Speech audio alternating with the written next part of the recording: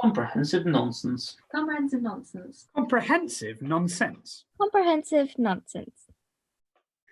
So I just had a quiz with Moza, and obviously it came second. Told you guys this. 1 bottle of prosecco felt pretty good, but there was a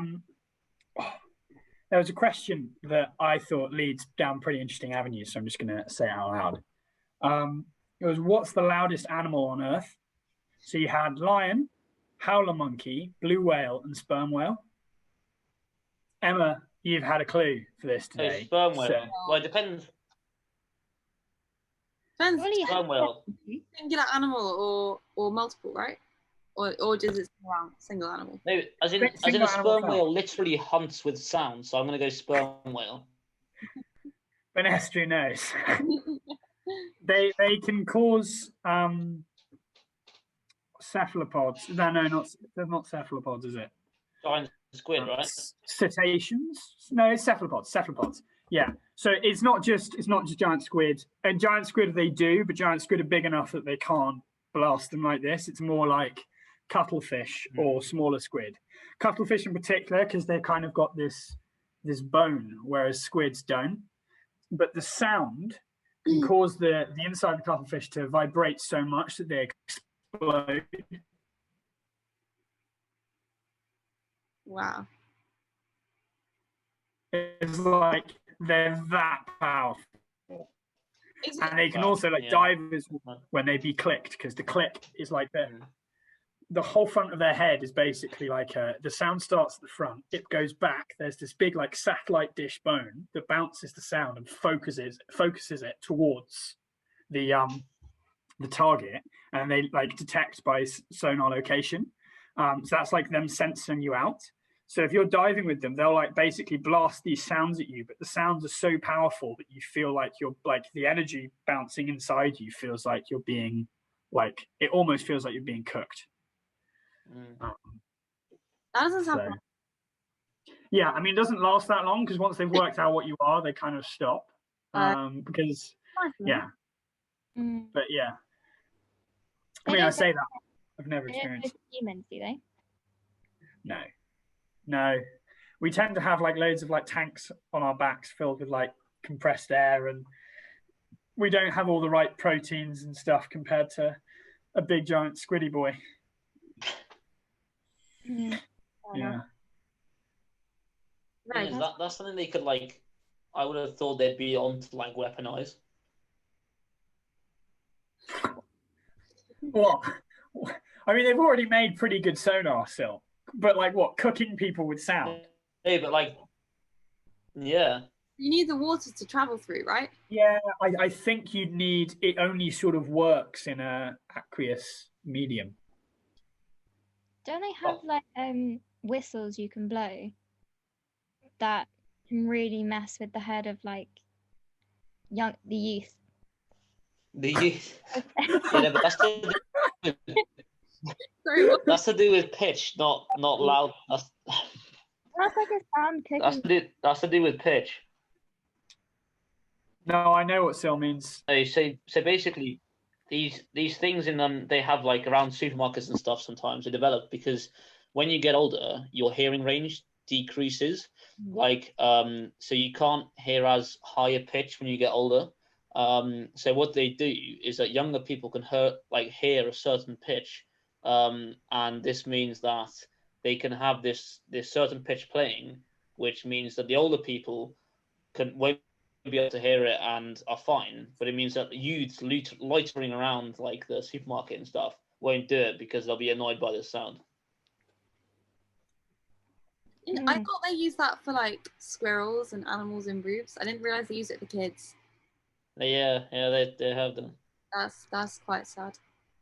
Although nowadays, I remember doing a test in A-level science at some point. I think it was like where actually it turned out our teacher, he was about maybe 10 years older than us, something, but basically a generation older than us, but still reasonably young, could actually hear higher sounds than most of the kids in our class because of people having earbuds in nowadays and having like like listening to really loud music in your ear constantly in our generation, like especially, and younger probably still as well, has really screwed with our hearing. And like it means that our generation is actually already quite bad at hearing high pitched sounds.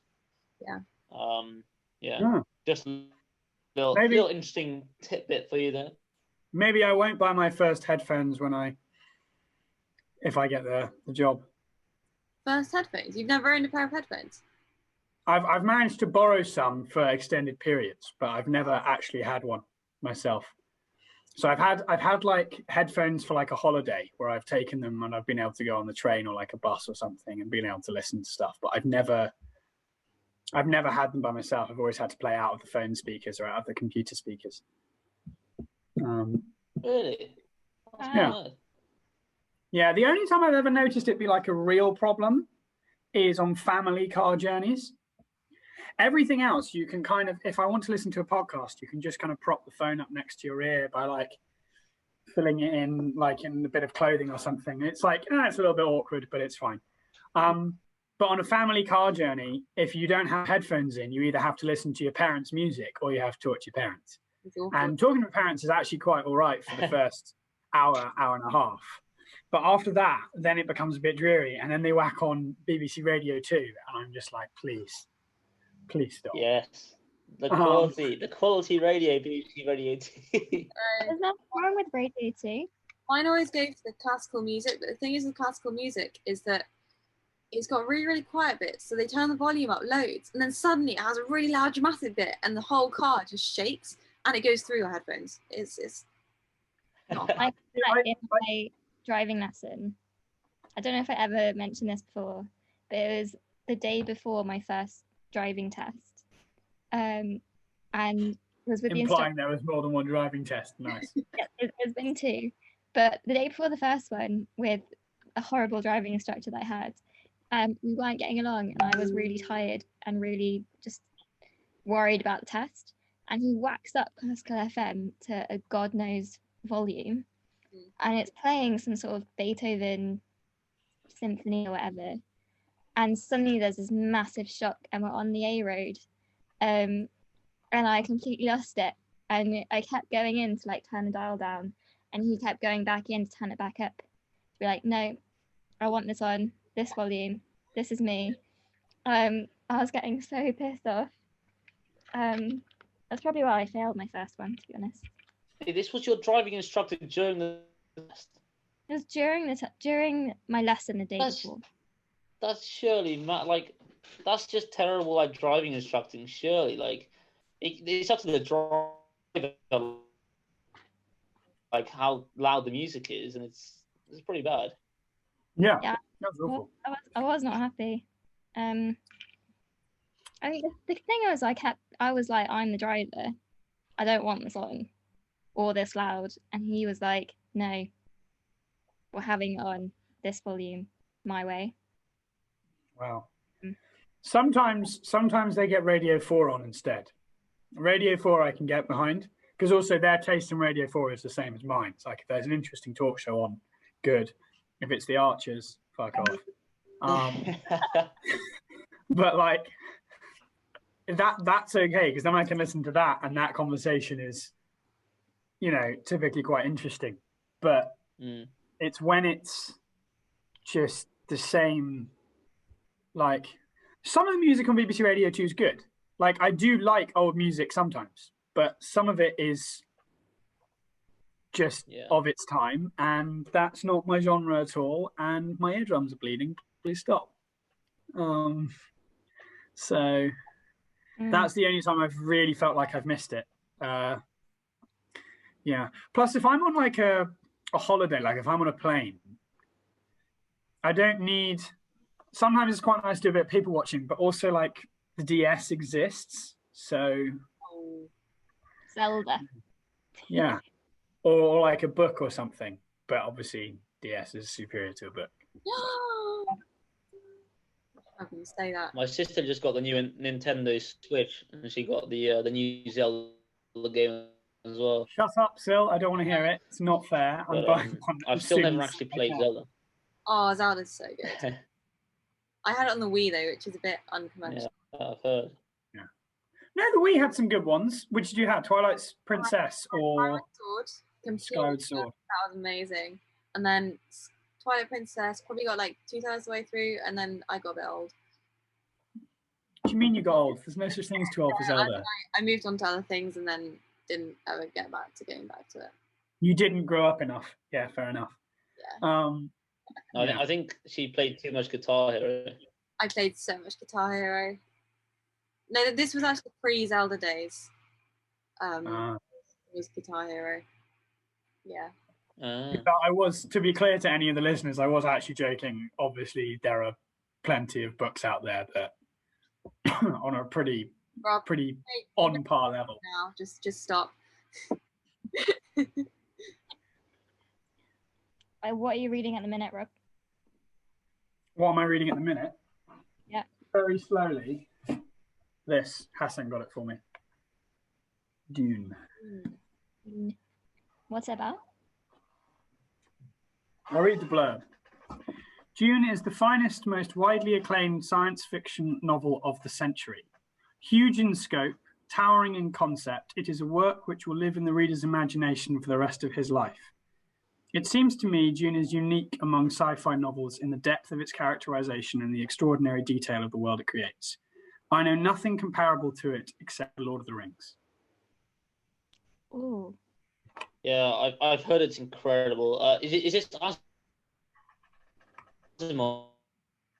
It's the one that they've made a big film of recently. They made a film of it in the 80s that didn't go down well because they didn't have the special effects of it. But it's got every good actor under the sun, and it's Denis Villeneuve as well. So very excited for that, which is kind of why I'm reading the book now, because often with these things, I mean, with the really good ones, I actually often think the film can be as good as the book. Like, I'm a huge Lord of the Rings fan, and I think the Lord of the Rings films hold up in their own way. And I think there's a really good chance the film will do that to this. But also it's better to read the book first, I always think, if you can. Apart from with maybe James Bond, where just don't read the books at all. But yeah. I think the good thing about reading the books first is that you have that imagination that you can make yourself. You can make the characters, the scenes yourself in your own brain. Whereas if you see the movie first, you'll always associate, when you read the book, the characters with the movie characters. And I don't know. What do you think of books with illustrations? Yeah, that's why I would say as well that I think I always prefer reading the book first. Well, what do you think of books with illustrations? I don't really read books with illustrations, to be honest. Have you ever read the Edge Chronicles? No. You told me about this before, the Edge Chronicles. I still haven't got round to reading them. I mean, they are very good. They are, to be fair, they're probably like adolescent books rather than full-blown like adult books. But if a book has really good illustration, and not like enough, because that's the thing, is like with a film, it details everything that happens in this world on camera. So your only imagination is anything that potentially could be off camera, which isn't usually the stuff that isn't relevant, because that's the stuff that hasn't made it onto camera for the film. Whereas a book's illustration can almost provide like a starting blocks for your imagination.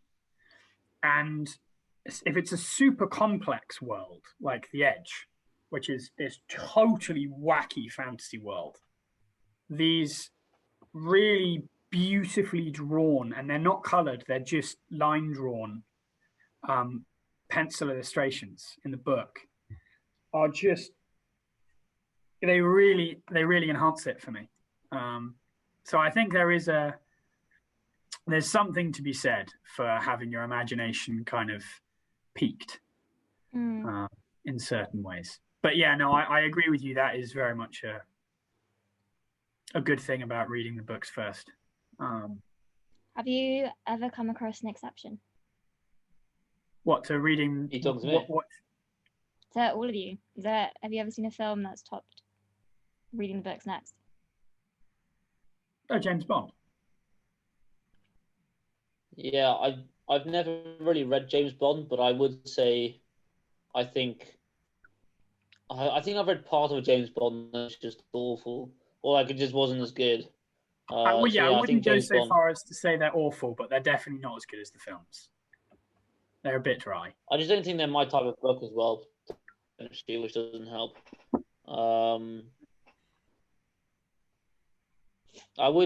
don't know. I think I really like the Bourne books as well, but then the films were also really good.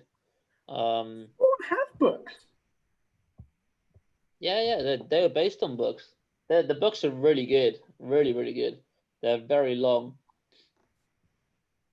It's very different to the films as well. They're quite different in plot. Like, yeah, they're actually completely different in plot a lot of the time, compared to the movies. I would argue like some of the Marvel stuff is better than reading the comic books. Ooh, yeah, I think comic books are different though. I agree. I also really think that depends, because I think for me, if you're basing the best Marvel films against the whole range of comics for that character, then yeah, there's going to be a hit and a miss. But the films are normally based on all the famous comic storylines. So if you're just comparing like the Infinity Saga Marvel storyline in the comics to the MCU's like what's gone on up to like the Infinity War Avengers Endgame, then I would disagree and say the comics, if you're into comics, are probably up there, if not better. But if you're comparing like loads of the comics, there's loads of comics that comes out about all these superheroes and like half of the story arcs never get finished because they're just a bit meh. But it's like The Killing Joke, very short comic, and one of the best bits of Batman media. Probably like that and like the original Bane storyline. Some of the comics are just, I don't know, they're kind of timeless. So I think if you're comparing the like for like, then it gets a bit. I'd probably say that the films aren't necessarily better. They're more like on par. But also like the comics are visual. So that kind of allows it to fight on equal footing. See what I mean? I have a other question actually. If you could inhabit any sci-fi created space, whether it's film or book or whatever, what would you want? Sci-fi. Yeah. I don't. Good. That rules out fantasy. Could it be?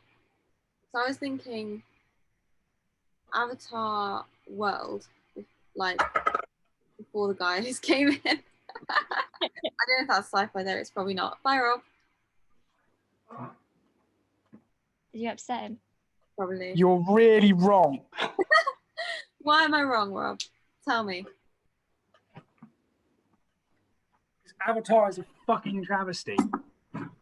It's actually no, it's brilliant. It's brilliant, like visual effects, stunning visual effects, like totally groundbreaking stuff it did for like visual artistry. I will hold my hands up and say it's wonderful, but it is a complete copy paste job to like the tree or the different animals of Pocahontas, like the whole thing. And I don't even know if Pocahontas might be a copy paste job of something else, but I think Pocahontas is the original story we're thinking of here. But it's literally, I mean, you watch the Disney Pocahontas film and then watch Avatar, and you probably know the writing, like what they're about to say in Avatar before it comes up. Like that's how copy pasted the script is at times. So I have a bit of a. Also, I don't think copy and pasting stuff makes it bad. I think most things nowadays are like based on like if you break them down, they're pretty much just like Shakespeare plays or like, you know, things that have already been written. Like I don't think that makes it bad. There are general story arcs which come up again and again. Exactly. Right. Yeah. Cool. If you're talking about like, I don't know many sci-fi films, to be honest. Like a world that you'd want to inhabit, a kind of culture, a kind of place that you'd want to inhabit. My friend was saying something really interesting about Avatar, actually, that for the music for it, they hired a proper musicologist or is that what you call them? Someone who, like, literally professor of a university who studies music from different cultures around the world, because they wanted to create this really kind of unheard of before mix between different cultures' music, because music from different cultures is set up very different from like a Western orchestral backdrop, which is what's like normal for stories. And literally spent like probably years of this person writing, because they wrote their whole language for Avatar, writing songs, writing music that was in like different time signatures and different even like modalities, so not even using like the tones of a scale, writing in different modalities. Spent like so much work on it, but basically in the end, because the aim was to get something that didn't sound Western, they came up with it, and then they were like, this sounds wrong for a Western film, and then they just went back to the basic kind of Hollywood Western orchestral backdrop with a little bit of like tribal music thrown in. Which is quite sad. That's really sad. Yeah. And also very Avatar. Yeah. So it's kind of like the story, but within the music space as well. Yeah. Yeah. This is a really good question, because most sci-fi is slightly dystopian. Mm-hmm. So it's sort of all written with like, well, not all, but I'm trying to think of like an example I like. Where it's kind of geared towards like positive. I can think of like maybe Star Wars in the Republic era, but like a few thousand years before the events of the first 3 chronological films. Like in where some of the games and comics go. I also think it's probably a symptom of the fact that to make a good film, if you just have... He's saying you need conflict and like utopia in the future, is not going to make an interesting film. Wait, so repeat that. Oh, I know what he's saying. I can't hear what he's saying either. It's a shame. It is a bit of it's a horrible question, because I feel like whichever one you pick, you're picking something that it does have this like element of evil or horror or something that kind of unhuman about it that you shouldn't want to, like, you can't go for, say, the first for me that came into my head was Minority Report, but that's just because I've studied it. But thinking about it, I couldn't be in that world because it's so surveyed. So although technology is sick in that movie, it's like there's another element, or like there's always something horrible. You know, there are like 2 episodes in Black Mirror. I know people are like, why would you pick Black Mirror as like a positive sci-fi? But the one where there's that world where you can go before you die. I think if I'm correct, whether you can go to that like town and you're dead, but your memories are like your mind is kept, and you kind of live in like they create. Yeah. I think that would be quite cool. And the other one where I met the director for this by internship in London with the DNA Films. Hang the DJ, the episode where the dating app worked,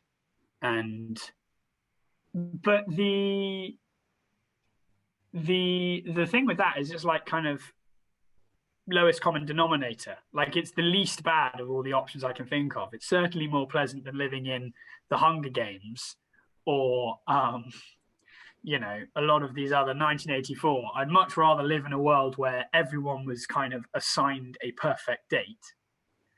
And like you kind of were guaranteed to find someone, or like very likely to find someone who was very compatible with you.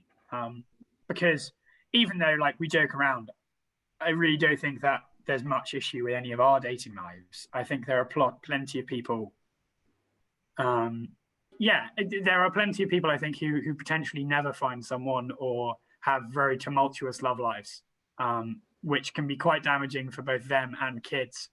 And so fixing that as a societal problem might take the fun out of dating, but also it like takes a massive amount of danger out of dating. And when you realize dating is actually like the emotional well-being of a lot of people, it could, in a kind of roundabout way, be quite a positive thing. So in that episode, those would be my episode. What was, because like most episodes they like set out this world and then something goes wrong. What was the thing that went wrong? So you saw this person go through loads of dates and you thought they'd gone to this world, like dating place where you go at a certain age and you go through all these dates. But it was actually just you'd answered enough questions and you'd kind of had enough of your life put into this kind of algorithm app that the app had simulated this world with a simulated version of your mind.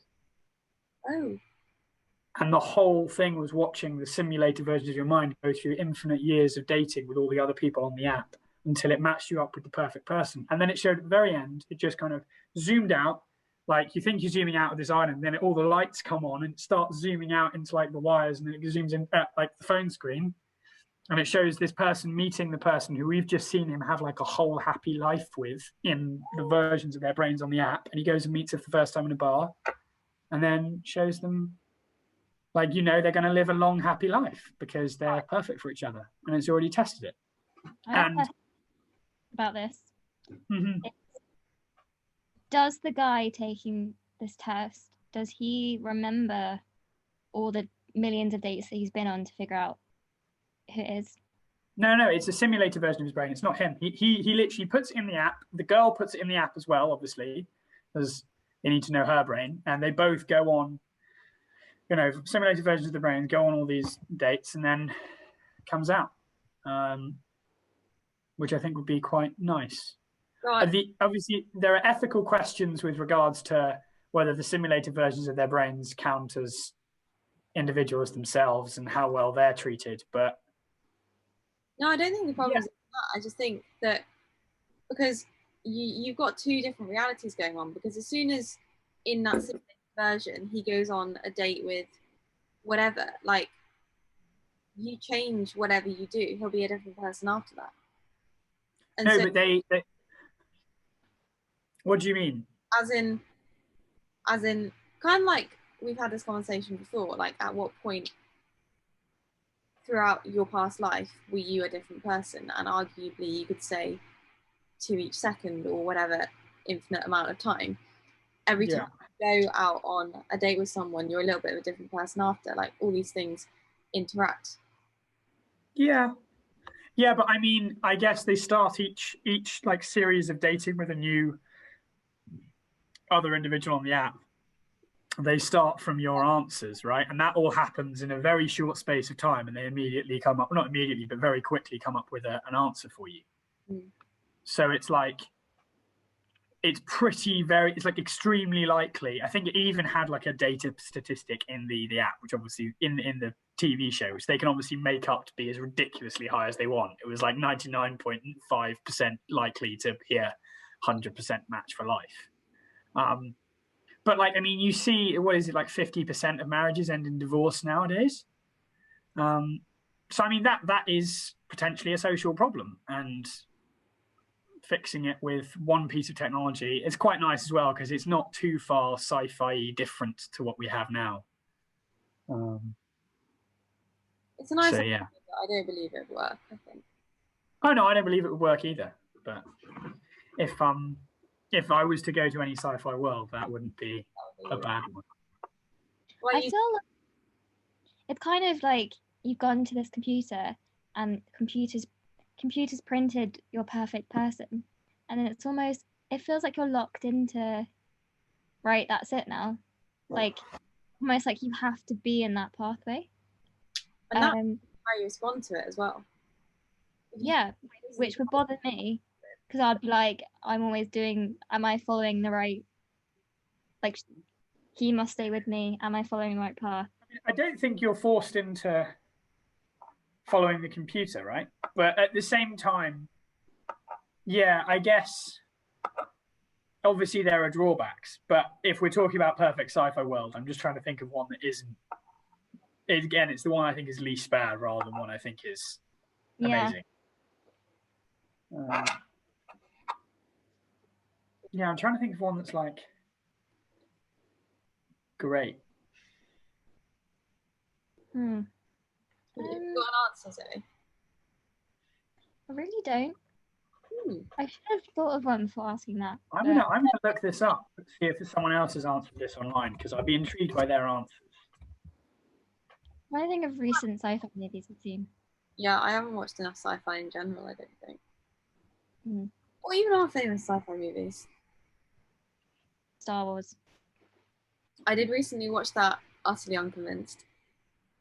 Yeah, but you didn't watch Star Wars, did you? You watched Phantom Menace. No, I watched all of them, including. Oh wait, no, I didn't. No, I watched. What's the one that was in between the third and the fourth? The what? Rogue One. Yeah, Rogue One. Solo? Rogue One, and then I got to the sixth, and I only watched maybe the first half an hour of the sixth one, and I didn't watch the rest of it. So I've almost watched them all. Basically, you've watched 4 and 5. No, I watched all of them. But the important thing is you've watched 4 and 5. Yeah. Because 4 is one of the most important, probably the most important, like film in terms of at least Hollywood, but if not cinema rather than film history, of the latter half of the 21st century. 20th century, I'd say. Stephen Fry would be disappointed in me. I mean, maybe that doesn't affect how much I enjoy it as something to watch. I don't really. Fine, yeah, sure. But I think it's still important because it provides context for enjoying other films. Like me watching The Artist, not The Artist, what am I saying? The Room. The Artist is just a wonderful film. But The Room is a terrible, terrible film. Right? It's like known for being, I think I'm getting the right film up here. I actually might be forgetting the name. The Room. Is an objectively awful film. And awful by judged by anyone who's ever seen it. But you can't stop watching it, and more importantly, it makes you appreciate just how good filmmakers are at making films, because it makes you realize every single mistake they didn't make, because every mistake you could feasibly make and still have a film is made in that film. And it's so stuff like that, I really think you can gain a lot from watching stuff that has an important piece in the kind of history of that art form, even if you don't necessarily like it itself. And I think episode 5, seeing that the twist, no, I am your father. I found that that's fine. So what? Underwhelming. I already knew what the twist was, but I think in my head I'd mixed up vaguely seeing the end of the third film where it's all fire and flames everywhere with the bit where it's I am your father, and but just thought the obvious answer to the sci-fi thing, I'm not that much of a Trekkie, but is Star Trek. Do you think? Well, the whole point of it is it's to boldly go. It's it's a positive outlook of what happens, and they meet these other worlds out there that might have their issues, but the whole thing is just what happens if civilization goes well and we keep exploring. I mean, goes well from an American perspective, and they're very much frontier, kind of progressive, inventive outlook. But also largely, if you're a citizen on Earth in Star Trek, I think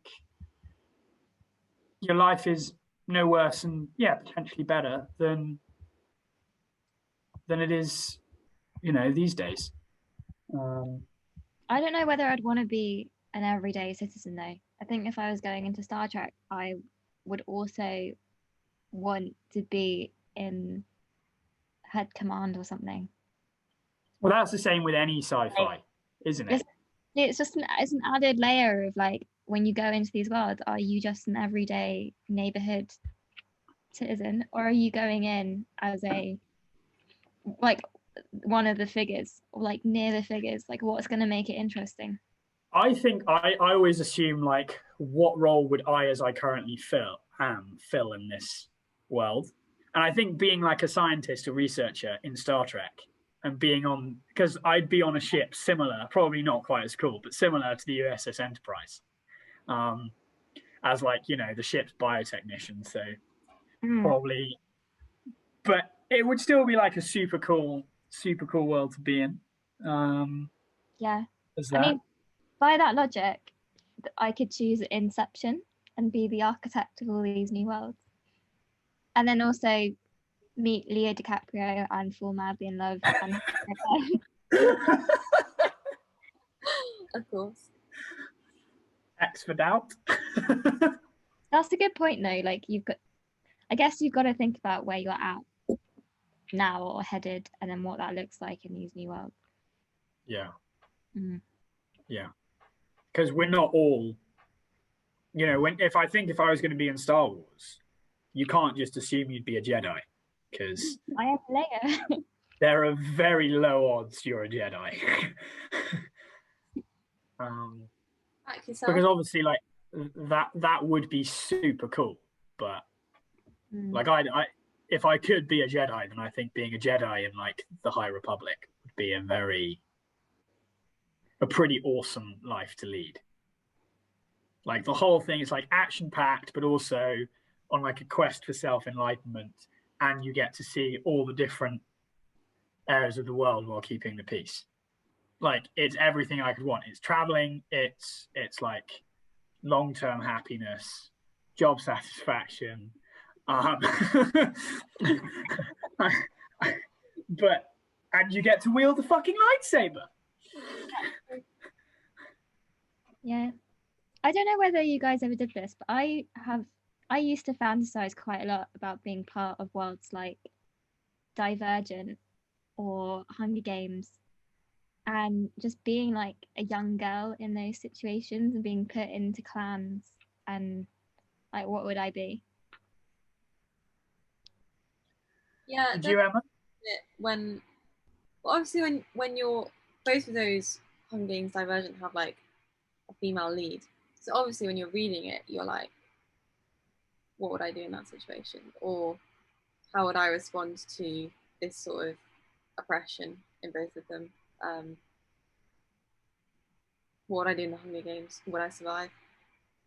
Maybe didn't fantasize about it a lot, but I never really thought about it. And I really enjoyed it. I think because it does appeal to that side of you. Yeah, I'm not talking about from a female protagonist's point of view. It's more just the idea of like clans and like you're the fire girl, or you're the love girl, or like you're the empathetic one. Like, where would you be in that? That's what I quite liked. Yeah, it's kind of similar to like houses in Harry Potter. Like, thinking what aspects of myself would be drawn out in this situation. Yeah. Yeah, I have to say, it never really appealed to me. I always wanted to be the one that stood out and didn't fit into a role. Like, I loved the ones where it was like Batman always really appealed to me, because I always thought, I could be a great Batman. And Batman's very unique. And in Harry Potter, I was like, a part of the reason I like Fantastic Beasts is, I forget the name of it's like Newt Scamander. Like the guy who doesn't really fit in at like any of the magic schools and just goes off and does like magical creatures. But obviously, of course, I'd like to go and do magical creatures. But I mean, look at the posters around my wall. Like that would, I never really.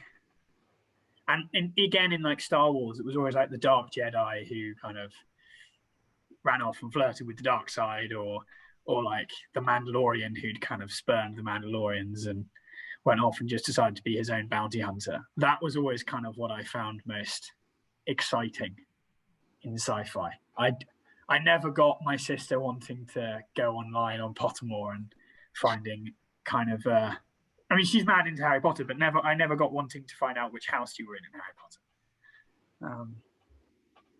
So yeah, that wasn't necessarily my vibe.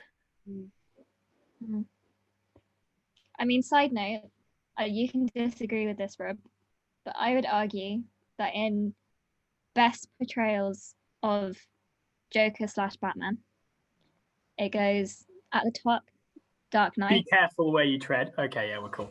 Right, both of them are the Dark Knights, as laid out by IMDb. Yeah. Second is Lego Movie, the Batman. Yeah. And third is the most recent Joker movie / old Batman movie.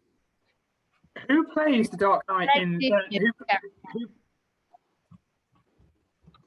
who plays the Batman Lego Movie Joker? Who's the actor? I knew this. Because if it's Mark Hamill, I agree with you. If it's not Mark Hamill, then you're wrong, and Mark Hamill is the second best Joker.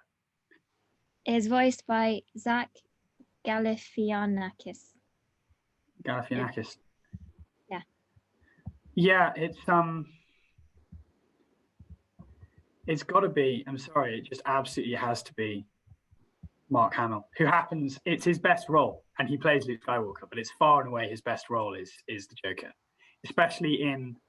So I was talking about the Killing Joke. He does all of the cartoon Jokers ever are voiced by him, and also the Batman Arkham games, which I think are probably the second best piece of like extended Batman media after maybe the Dark Knight trilogy. Like I think they're better than all the current films. They're better than the Joker film that recently came out. Like the way he laughs is like an instrument. It's chilling, terrifying. You know, there's one brilliant scene where he dies, and Batman is like, you can tell you're really psychologically involved at this point, and Batman goes, "You want to know something funny? I had the cure, and I would have saved you." And as he's dying, he's like, "That is pretty funny," and then dies. And it's like, really, the whole rest of the next game is like the Joker's inside Batman's head, because that's all that's left of him is just Batman's like obsession with this one foe. And obviously you're playing as Batman, but he's brilliant in that. And then I think it's Michael Keaton or who's the one? The other two that I thought were really good is the one in I think it's Tim Burton movie, which I think is Michael Keaton, and I can't believe I'm forgetting the name of the actor. The guy who's also in The Shining does the Joker in the original like kind of funny Batman series where it's all lighthearted.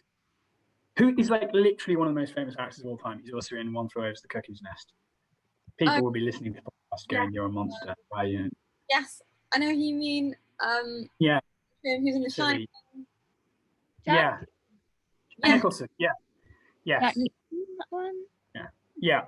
And like Joaquin Phoenix is an honorable mention at number 5, but he's 5th. Mm-hmm. I mean, I'm in love with those movies. I think they're amazing. They're well architected. I died. The Lego movies. Oh, I fully agree, but that doesn't mean the Joker's like the best portrayal of them. No, it's up there. It's so up there for me. I think it's just you can't forget a time where you've almost shat yourself. It's so good. You can't forget a time when you shat yourself. I just remember watching this at the cast of a play that we did back in first year, and we all just had an amazing laugh together. So I've got to put him at number 2. That's a very side note to this conversation. No, it's a good one though, because you just had Star Wars and we've had that. Who do we think are the best movie or like best villains in not movie, in fact, just best like fictional villains of all time? Voldemort? No, not close. That was what first came to my head. Awful. Sorry. Don't say sorry, you just back your opinions. Well, that was just the first thing that came to my head, and I don't know many others. That's really hard. I feel like my head is full of the past like 10 minutes. Lol, I think the devil's quite a good fictional villain. Yeah. Grinch vibes. Because, like, obviously, I want to say Vader and Joker, I think, are very much up there. Joker's very good. Darth Vader, his voice inspired absolute fear. Hannibal Lecter. Oh, such a good shout. But you've just looked up best villains, haven't you? I know what you've done. I've done that before. I've scrolled through the list. I agree. There's no shame in agreeing with that. But it's a good list, right? It's got the shark from Jaws at number 18. Yeah, that's a shout. But that's best films. There's not. I want to hear, like. No. That's probably read more books than me. I imagine there's some really terrifying book. Oh, I tell you who's a really good villain, and he's even more scary in the book, is No Country for Old Men. Never heard of it. Have you watched the film? Oh, such a good film. Javier Bardem. So he's the bad guy in Skyfall. Right. The Bond film. But he is so much better in this than he is in Skyfall. And he's good in Skyfall. I really like his part in Skyfall. But in this, he plays this bounty hunter. So the main character has gone and he's found a load of money from like an massive drug gang shoot up in the like desert just over the American border from Mexico. And he's like this American, like Texan, I don't know, he's from the South somewhere. And he finds all this money, like so much money. And he basically just goes, I can either leave this and the gangsters can come get it, or I can just take it and run. And he just takes it and goes, he's got so much money. And it's too tempting. And then the American gangsters set one guy on him, played by Woody Harrelson. And the Mexican gangsters set this other guy on him. And in the book, he's almost like, he reads like a force of nature rather than a person. And he has this silenced shotgun. And it's the same thing they use to kill cattle. It's like an air canister with like a bolt gun that comes out of it. And normally, like, the weapons of a villain don't come in even like, because it's more just about like how psychologically scary they are. But when you see the way he'll just kill people with these weapons, it's just really, it's kind of terrifying. And the fact that he sort of seems like this total unstoppable force. And in the book, he's just, the only thing that can beat him is bad luck. And you kind of realize halfway through the book, like, what's going to happen. And the main character isn't going to like survive. And the rest of it is just it's just like the inevitability then of this kind of impending doom. And that's something that's really scary to read, because you're rooting for the main character and you kind of know they're going to lose. Yeah, it sounds good. Pretty good villain. You got me sold. Good. Glad. I just love hearing the explanation of it. I want to watch the movie. Yeah. You should. It's a fantastic film. Put it on the list. First time I watched it was at a music festival I went to with Oscar and Charlie, which was another interesting story for another day. But there was like a film, it was like quite an artsy music festival, and there was like a film section, like a cinema doing art house films. And we went in and I'd persuaded them. I'd been like, Oscar, please, can we not go to the music bit? Please, can we not go to the music bit? I really want to watch this film. I haven't seen this film. They went in, and I remember both of them basically just like slept through it because they were knackered. And we all like cozied up in these like wooden, like big woolly blankets. But it was a brilliant film. I was utterly riveted up all night. And then we all went to like bed back in the tent, and I just couldn't get up in the morning because I'd been up watching this film and they'd all been asleep. But yeah. I then watched it again when I wasn't kind of very drunk and very tired. And it was as good as I'd watched it the first time. Now that's a sign of a good film. Yeah, true. Very true. Although, yeah, it can also sort of, but I reckon I could watch Marvel films again, and I don't think Marvel films are good films. They're just sort of like... They're good background films. Yeah, very good description of that. You can put them on and like not pay attention and come back in 2 hours. Be like, oh yeah, that was insane. Yeah. Yeah. I was going to say that some of the Disney queens are awesome. Like the queen from Snow White and also Maleficent are just because they've been interpreted so many times, and each time is new and there's a different side to them every single time. As villains, I think they're pretty incredible. Yeah. Macbeth, he's up there. Yeah. We're going to pick one from Shakespeare. I think he's definitely up there. Maybe Richard III, but I'd say Macbeth is more scary. Emma, I'm really interested to hear what your favourite one. My favourite villain? If you have one. Or I just literally the only one that comes to mind is Voldemort. It's just that. I don't know. Like, I did have a thought when you were speaking, and I've lost it now. But I don't tend to focus on villains when I watch films or like read books. But do they not? For me, they often form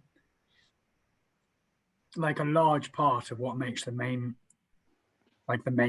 driving force exciting, because it's what they're up against. I mean, the villain doesn't even necessarily need to be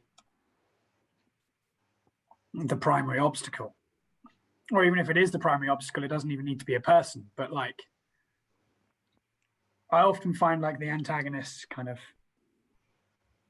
provides an interesting twist. Yeah, obviously in most stories, villains are integral to the story.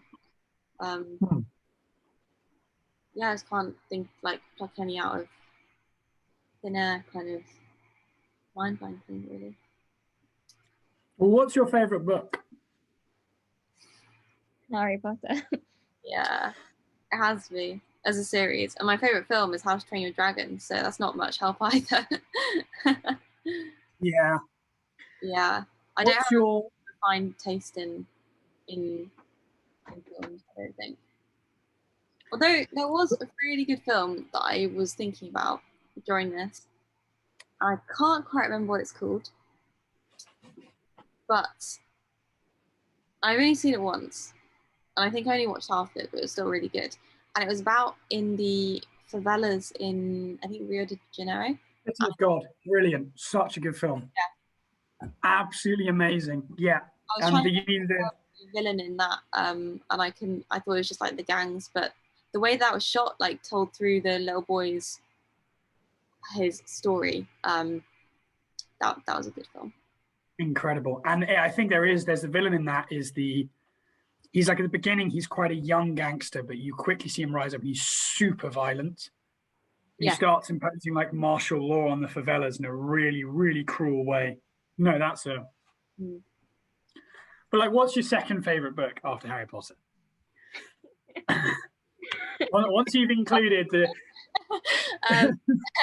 Are we talking just fiction? Well, I mean, yeah, because I mean, unless you want to include villains from the real world in it, but then that gets a bit heavy. Like, if you pick a non-fiction, the villain is just society.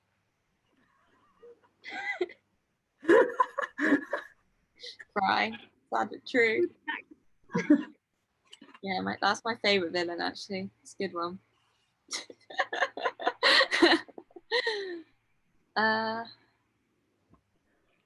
Gosh, fiction. All the fiction books that stand out in my mind when I try and think, oh, what's my favourite book?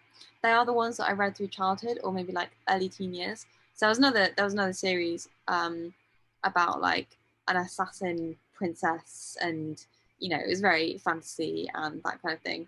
But I really enjoyed it and I read it several times, and that's why it stands out. And then since then, I haven't read so much fiction. I've been kind of on the non-fiction in the past few years, really. Yeah. Fair enough. Or reading things like Pride and Prejudice, and that doesn't really have a villain in. Is that good? I've grown up my whole life with my mother saying that she absolutely hates that book. Really? So actually, so Pride and Prejudice, the film, not the TV series, is probably another one of my favorite films. I may still watch it the other week, which is funny. And I also studied the book in GCSE English, so that probably adds to why I like it. I doubt you'd enjoy it, but I liked it on a kind of sit inside and read day. Yeah, it's got some good character sort of rounded characters, I think. Why does your mum hate it, bro? Sorry? Why does your mum not like it? I think she really thought it. I mean, I haven't spoken to her in depth about it just because I know it's not something that massively interests me, and it would just end up in her being vehemently angry. It's a massive session. It was 3 hours. But from what I've gained in the little chats I have had with her on it, I think she just thinks it really belittles women. Well, obviously, in the way that it was written in a time that women were belittled. And so she doesn't get the kind of female appeal behind it, because she's just like, why is this woman idolizing and falling in love with this clearly a twat? Which I think this is, yeah. If I'm getting, I mean, I think I've got the right story. Pride and Prejudice is the one with Mr. Darcy in, right? I've not just absolutely cocked. Yeah. Yeah. And she wasn't the biggest fan of him or that kind of emotional attachment. And I think she just really felt like girls were better than that. And that like a book written by a woman about women, that was quite kind of upsetting for her to read. I mean, it's true though. Like, I will agree with you on like all my favorite films and books and pieces of pop culture stories are all the ones I read as a kid or watched as a kid. I suppose films I can probably still, but like book-wise, the Edge Chronicles are like really up there. Just because I was totally enthralled. Yeah. I don't really get that now. That's sort of why I'm quite excited about June, because one of my favorite emotions, or like possibly the emotion where I feel like I'm happiest, is one of like pure like adventurous wonder. Be it like at the top of like a mountain, or when we're in Machu Picchu and you're seeing that totally new civilization and we're walking through the jungle, that was amazing. But also, I mean, when I first played Zelda or Skyrim and you kind of realize there's this whole world and it's complex and it gets bigger and it gets bigger and there's more of it and there's just, it's rolling, and then there's that's amazing. And watching Lord of the Rings had that exact same feeling, and it's kind of, that feeling gets harder and harder to get because you've already seen and it has to push beyond it, which is why I'm quite excited for June, because if it's on Lord of the Rings scale in sci-fi, then I'm really hoping it can get me that sense of wonder in whatever way possible. But yeah, I think, yeah. Would you say you have that same sense of wonder when reading about history? Or is that different? If I'm reading about a piece, or I tend to consume a lot of my history now via podcasts, like Dan Carlin or Mike Duncan. And if it's a new bit of history, then yes. And if it's an exciting bit of history, I recently listened to a podcast about the Mongolian conquests. Was incredible. And also, in fact, I would agree with that. I would say that history generally is, because also they're the most complex stories because you can't make them up.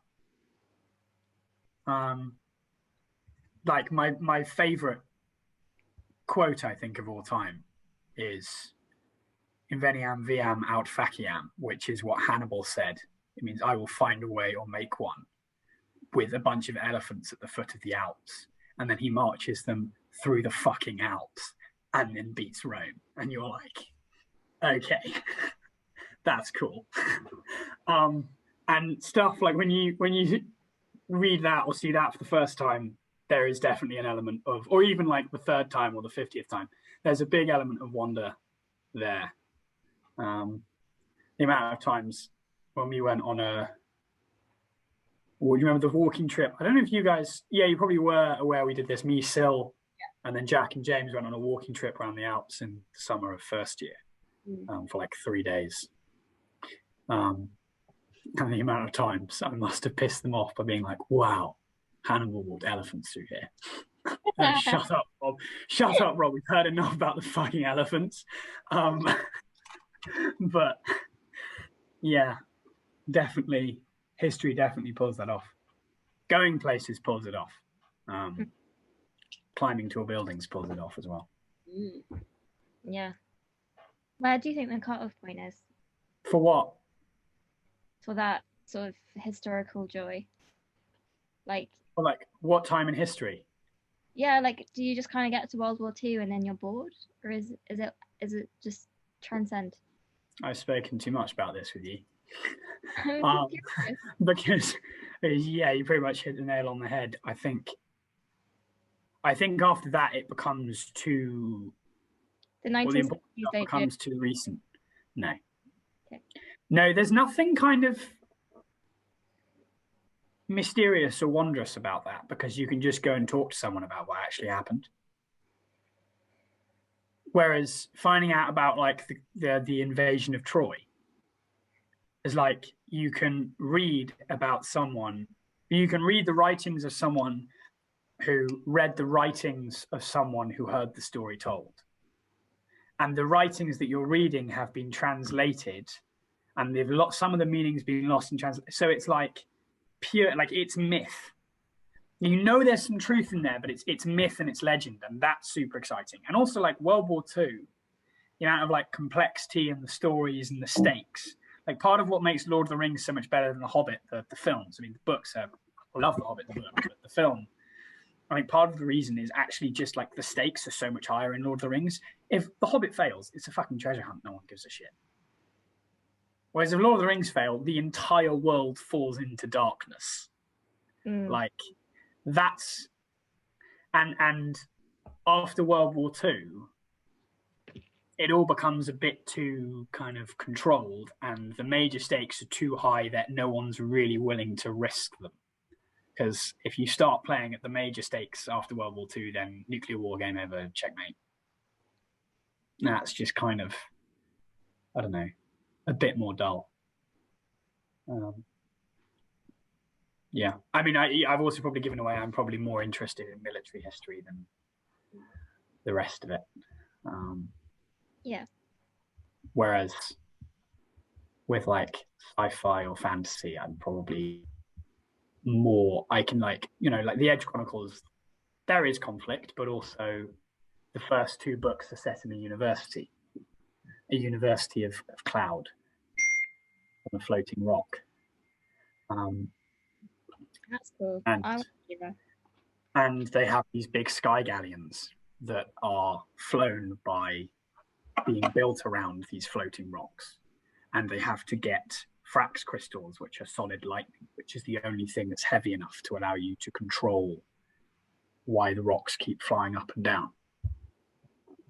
And like stuff like that, like I just love the engineering, the kind of culture of it all. Whereas history, it's probably focuses more on the kind of the struggles between civilizations, which you don't really get post World War II because it all becomes too difficult. So yeah. Does that answer your question?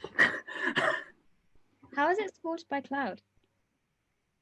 Is it just all lightweight enough that it's not supported by cloud? The rock just floats, but as in the university is based on this rock that's held by a chain, and the rock floats, and it's also like they try to prevent it floating away by going, and they have these things called the Winter Knights who have to go on this quest every however many years, when lightning shoots down into the mire, or it might even be the the Twilight Woods, where you can lose your mind if you go there. But there's this like the lightning lands and it's solid lightning, and you have to get the lightning on board the Sky Galley and fly it back to Sanctifrax, which is like holy frax, I guess. And then you put the Frax crystal into the rock, and the rock is then weighted down a bit more and is less likely to fly away, because these rocks also grow, and they start growing in the rock garden. And on the top of this big Sanctifrax is a university, which is the University of Cloud, where they study cloud. And there's different colleges, and you can see why I wanted to apply to. Yeah, it's a pretty good book. Do they just like for food and stuff? They just grab birds straight out the sky and put them in the oven. There's loads of like good food in the book that they spoke about, as with all good fantasy, apart from maybe Lord of the Rings, which probably harps on about it too much. But I don't really remember them. I think they'd get kind of, because they'd get obviously people who would trade. There was a city called Undertown, which was based underneath the rock, massive sprawling city, and they trade with the city, and that's where they'd get their food from. God, I think about it even more. It's like that, so many metaphors. The haughty university high up on their rock, heads in the clouds. Hadn't even thought about all that stuff at the time. I was just like, whoa, cool university. Take me there. You could win it if your food just like floated past your window and you could just reach out and grab it. Like a nice. People would eat too much. And they already do eat too much. So I mean, Amazon's planning on doing that, isn't it, with the fucking drones? It's their next way of taking over the world. Are they? Yeah. Drones. And not even Amazon, like Uber, like drone deliveries. Wow. Got like an airport for it in Coventry. Is it built of cloud? So all the drones just like commune in the sky and then sort themselves out and then go off again? No, I think it's literally a ground airport where they have charging pods and they will use electricity, unfortunately. That would be cool if they had like solar power in the sky. But tell you what I actually found quite impressive was at New Year, when the New Year's fireworks. I don't know if you guys saw the Scottish. Scottish? The one with all the drones in the sky that was... Yeah, and they had the massive fleet of drones in the sky moving to do all of these different like light shows and making words and making everything. I found that very impressive. I didn't know they were up to that kind of technology. It had a name. Hogmanay. It was the Hogmanay. Oh, I've done that. It was the Hogmanay celebration. Their fireworks was done, and it like had like the deer running. Mm. Yeah. And there's a big thing about like the NHS and Hearts. Yeah. That's cool. I went there last year. Usually there's this big parade. Yeah. With sticks on fire, and then you walk through Edinburgh with your stick, and like everything is on fire because some dumb shit has dropped his down a drain. There's just a drain on fire, and you're walking through, and you get to the top of the mountain, and they light all these fireworks. It's cool they did that with drones though. I haven't seen that. It feels like a big effort. You don't feel like that when you see it because it's really beautiful. I wouldn't go so far as saying it's beautiful. I'd say it was more that I was surprised that drones had got to that level of coordination. I'm not sure it's necessary or beautiful, but it is surprising. I wouldn't say it's necessary at all, but I would say it's beautiful. Interesting. What are your feelings on fireworks in general? Feelings on fireworks?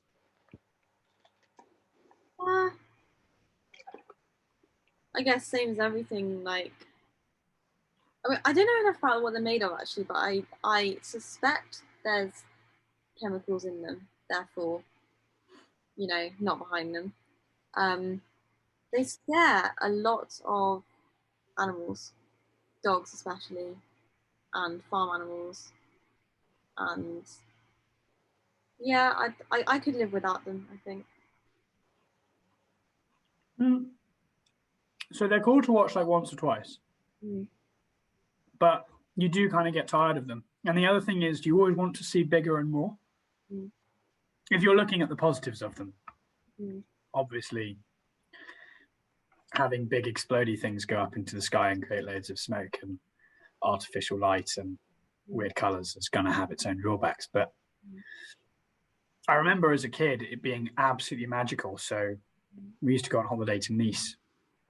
And I'm really sorry if anyone's listening to this and is upset by what I'm about to say, because I'm aware of obviously the attacks that happened in Nice on Bastille Day. But before that, before the terror, they used to do big firework displays. It was like their version of Guy Fawkes was the Bastille Day, the day when they stormed the Bastille. And the big firework displays would be like all of the, it was like a big tourism thing as well, because it would be like the south of France's biggest firework display. So it was much bigger than any one I've ever seen in the UK, apart from maybe the ones you see on London in New Year's. But it was done out over the Bay of Nice. So you'd see the fireworks reflected in the sea. And so you kind of get this double and you kind of get it shimmering, and you'd see all the boats out there, and you'd be sat there at night with all of the beach would be packed. The promenade would be packed, and it's this beautiful promenade. And obviously it's like south of France weather, where it's kind of in the evening, it's warm enough to walk out in a t-shirt, and everyone's there, and there's nice food, and there's drinks, and there's street performers, and then you just see this firework display, and the entire sky would be lit up with these beautiful colors, and the sea would be lit up with the beautiful colors as well. And it was truly like really magical.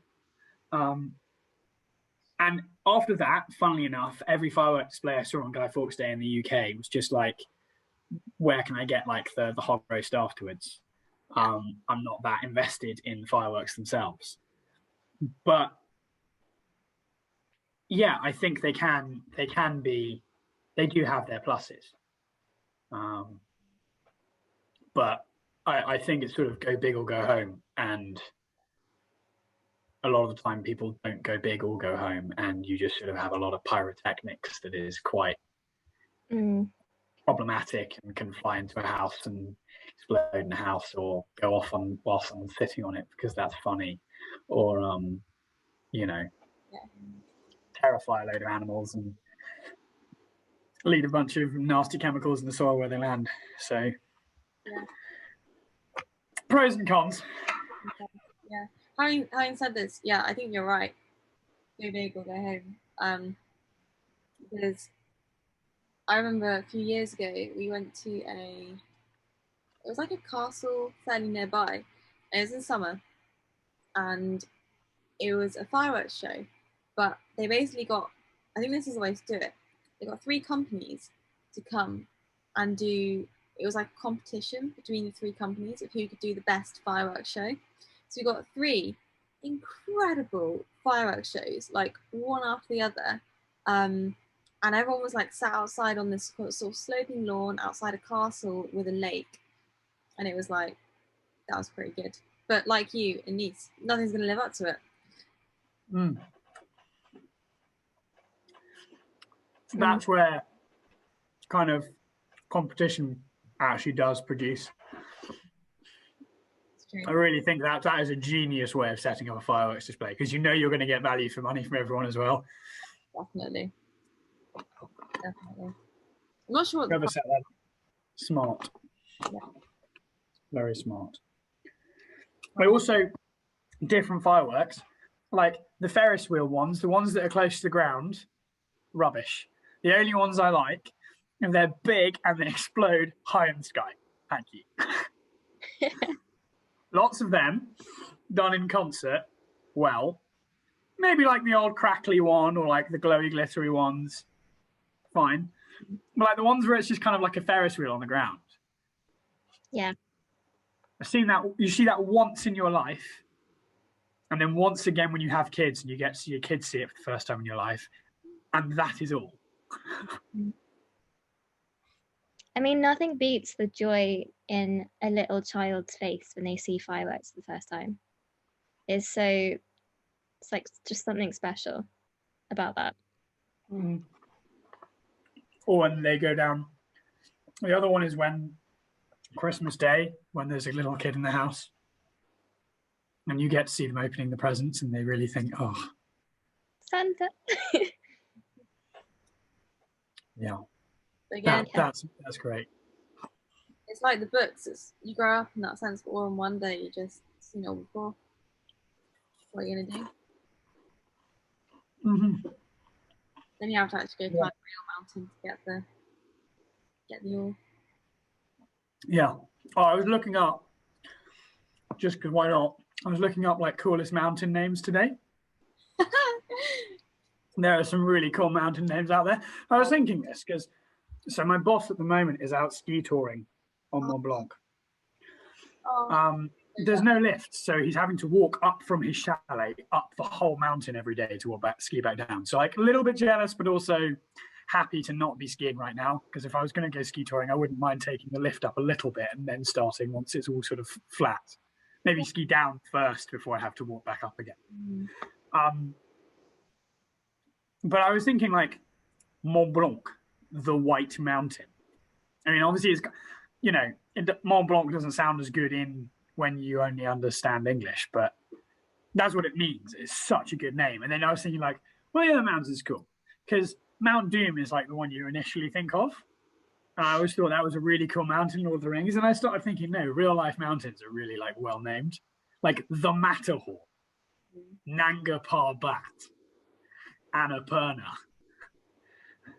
And then there's that, what is it called? The Lonely Mountain. I know that's also in Lord of the Rings, but the one that we saw in Peru that Zoe took the photo of, and we're like, me and Sil were like, can you take a photo of us with this mountain? And so he lined up the camera perfectly.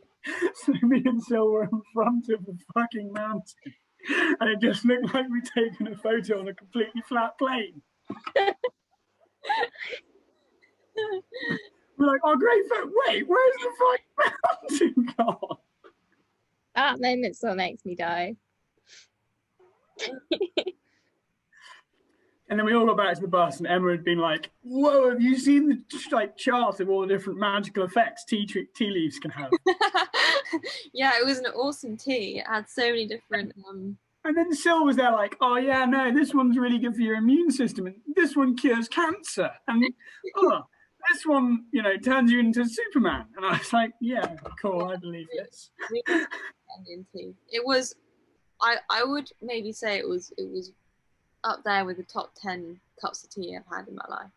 That is high praise from you. Wow. Actually, that is serious. I'm glad I put it into context. Yeah. Honestly, you could name off, and then there's some really good, like the Americans in their credit have named some really good like mountains. There's obviously El Capitan, but also like Mount Massive, Mount Justice, Mount Fury. That just sounds really like, I don't know, just almost like they just pulled the first big macho masculine thing they can find out the dictionary, and then just use a thesaurus because they just couldn't be asked to think a bit harder. But also that's often the way it feels when you summit something. It's an enormous amount of effort. Whether it's macho, like masculine, I don't know, but certainly like it can often feel violent going up there in those conditions. So I think violent and vast. Yeah. But I mean, like Krakatoa and Vesuvius as well. Oh, sorry, I'll stop going on about mountain names now. But I just really appreciate it. I'm too excited.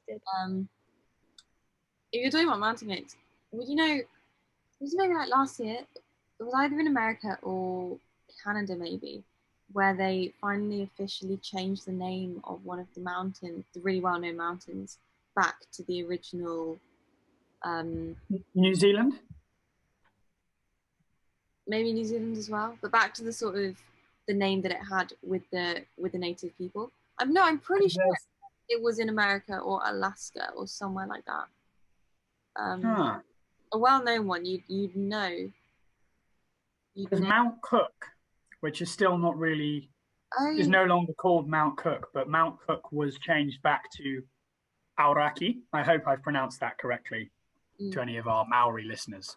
But Aoraki is a much better name as well, because Mount Cook is a crap name, and Aoraki means, as I understand it, cloud piercer, which is absolutely excellent. I love that. That is an amazing name, and I don't know why they would ever change that. That's rubbish, changing that. And the other one was obviously Ayers Rock in Australia, which they changed back to Uluru. And Uluru just sounds much more celestial. And if you see any photos of you see any photos of Uluru with clear sky, it's just a much more appropriate name. And obviously culturally much more appropriate as well. But it's like Mount Everest. Everest is a good name for a mountain, unlike Mount Cook or Ayers Rock, in fairness. But I much prefer Annapurna or Nanga Parbat. Like, they just they roll off the tongue much better. Was Everest the original name? Does it have like an original name? I'd be intrigued. I also wouldn't surprise me if Everest was perhaps just the English translation. Possibly. Just because it was first summited by a Sherpa and a New Zealander. So it wouldn't surprise me if it had sort of kept its... Yeah. Have you read Into Thin Air? Name? No, I haven't. I think you'd like it. It's all about a reporter who joined a crew to climb Everest, and it's got like nuances of like commercialism and the history of who's climbed Everest, etc., and like how the whole expedition sort of went to shit. I was at school with Tenzing's grandson. Really? And his uncle, who'd like summited Everest about 8 times, came and gave a talk at school. This was in like junior school. I think it was his grandson. It might have been his like great uncle or something. But like he was a Sherpa. I've just looked up the Everest. It's absolutely not an English translation. That is a complete load of bollocks. It's called, and again, I'm hoping I'm pronouncing the Tibetan correctly, but Komolangma, or Holy Mother. Wow. I imagine it probably translates better to Sacred Mother, just because holy probably has different connotations in our society. Yeah. Holy and sacred. I think Sacred Mother probably stands better. But that's a good name. That is. I think the Cloud Pisser should definitely be the title for this podcast. Yes. Done. Yeah. I'm sold on that. That's good. Yeah. Like Kilimanjaro. That is such a good name. Yeah. Yeah. Do you know what it means? It must mean something. I get it definitely means something. Kilimanjaro.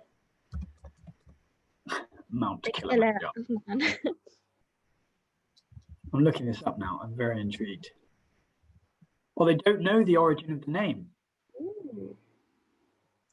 So there's like multiple different meanings. Right.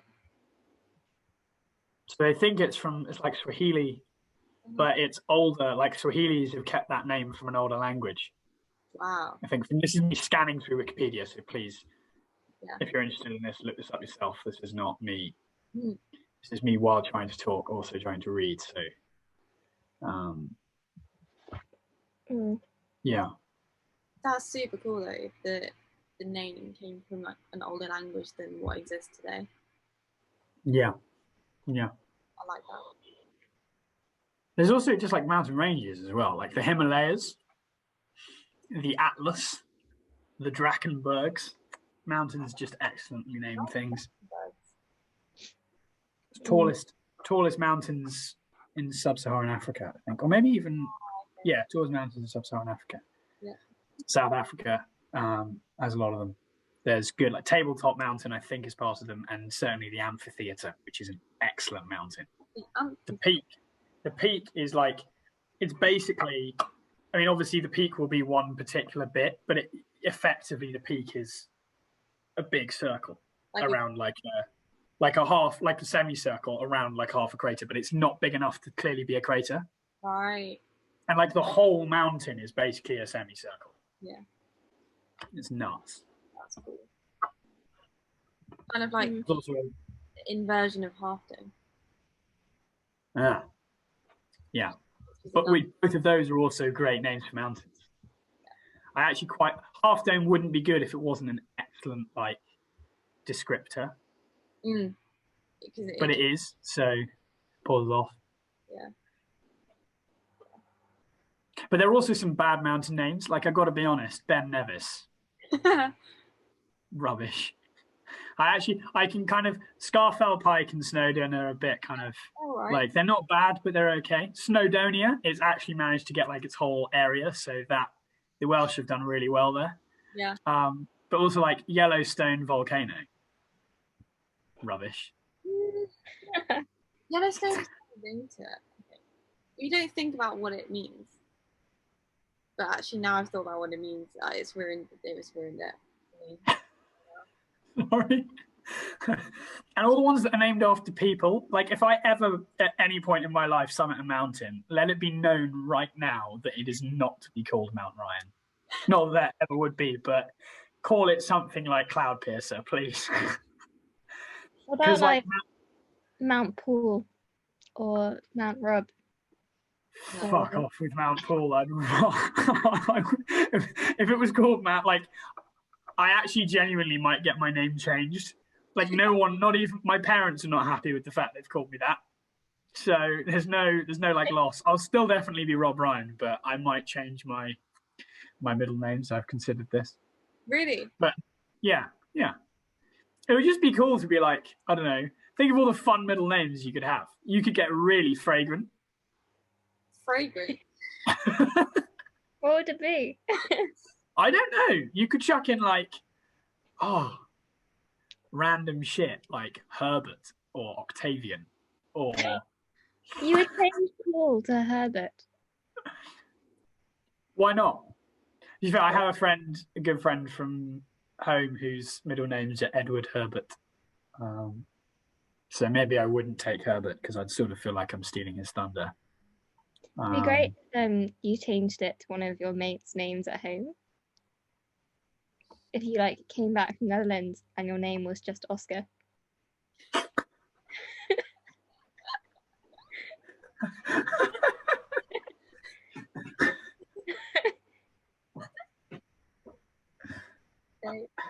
In fact, I think you can change it right now on this podcast. That would actually be, imagine that though, but like imagine being on the receiving end of that. Imagine if one of your friends, like if you two, like Emma, you change your name to Zoe. You know, one of my chickens is called Zoe.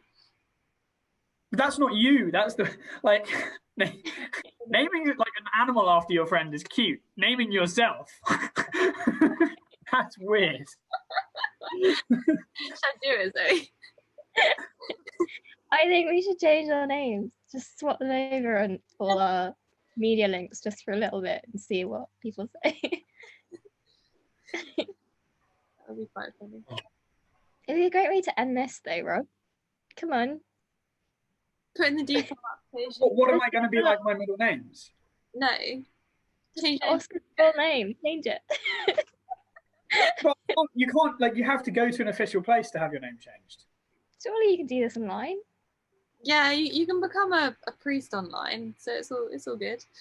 No, you can't. You can become legally allowed to marry people in like certain states. What was your state, Zoe? South Carolina. Anyone listening, get married quick. Take it. It was my anniversary recently. Oh, like 3 years of being a priest or something. The fact you said or something makes that. I was expecting flowers from you guys, but I received nothing. I take it as well very seriously. Mhm. It's on your CV. It's on your LinkedIn, Zoe. That's the important question. I haven't touched my LinkedIn in about a year. So. Half a year. Can't be bothered. I really don't know what I'd put as my middle name, but there could be some really good, loads of really good stuff in there. What is Oscar's middle name? Just out of curiosity. I could put fucking Samwise or Samwell in there. Samwise. Gamgee. He's the MVP of Lord of the Rings. Can we just put that out there? He is single-handedly the most powerful character by an enormously large way. What's Oscar's middle name? Yeah, curious. I have a feeling it's something German, but we'll have to ask him. I don't actually know off the top of my head. Because you could subtly improve it. Like, if his middle name, for example, was like Matt, you could change your name to Oscar, like Maxwell. Bro, I don't know what his surname is. But like, it'd be funny if he changed it and made a subtle change.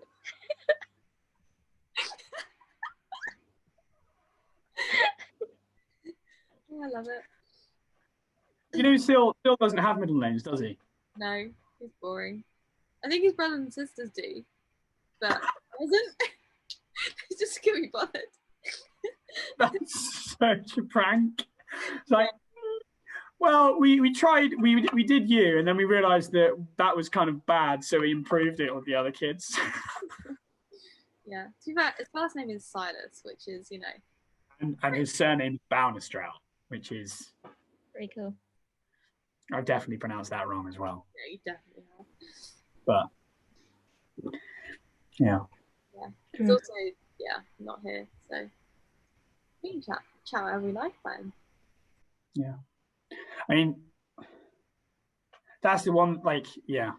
I must say, because I remember thinking this a year ago, thinking like Mount Doom was an excellent mountain name, and now I'm just convinced that actually humans are damn good at naming mountains.